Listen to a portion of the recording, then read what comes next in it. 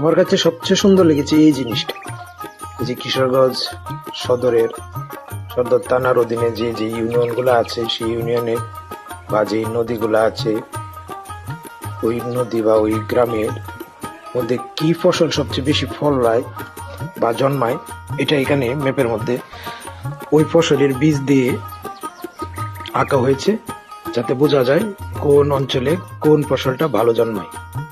যাই হোক, এখানে বিভিন্ন ফসল শাকসবজির বীজ আছে, যেগুলো আমি অনেকগুলা নাম বলতে পারতেছি না। আর পার্শ্ববর্তী যে নদী আছে, এর মধ্যে সবচেয়ে সুন্দর একটা নদী হলো সিংহুয়া নদী। এই সিংহুয়া নদী এবং নরসুন্দা নদী, এই দুইটা নদী এই কিশোর শহরের আশপাশ দিয়ে বয়ে গেছে বেশি নরসুন্দা, এবং একটা নদী সিংহুয়া, এটা কিশোর সদরের এক পাশ দিয়ে চলে গেছে ভাটি অঞ্চলে।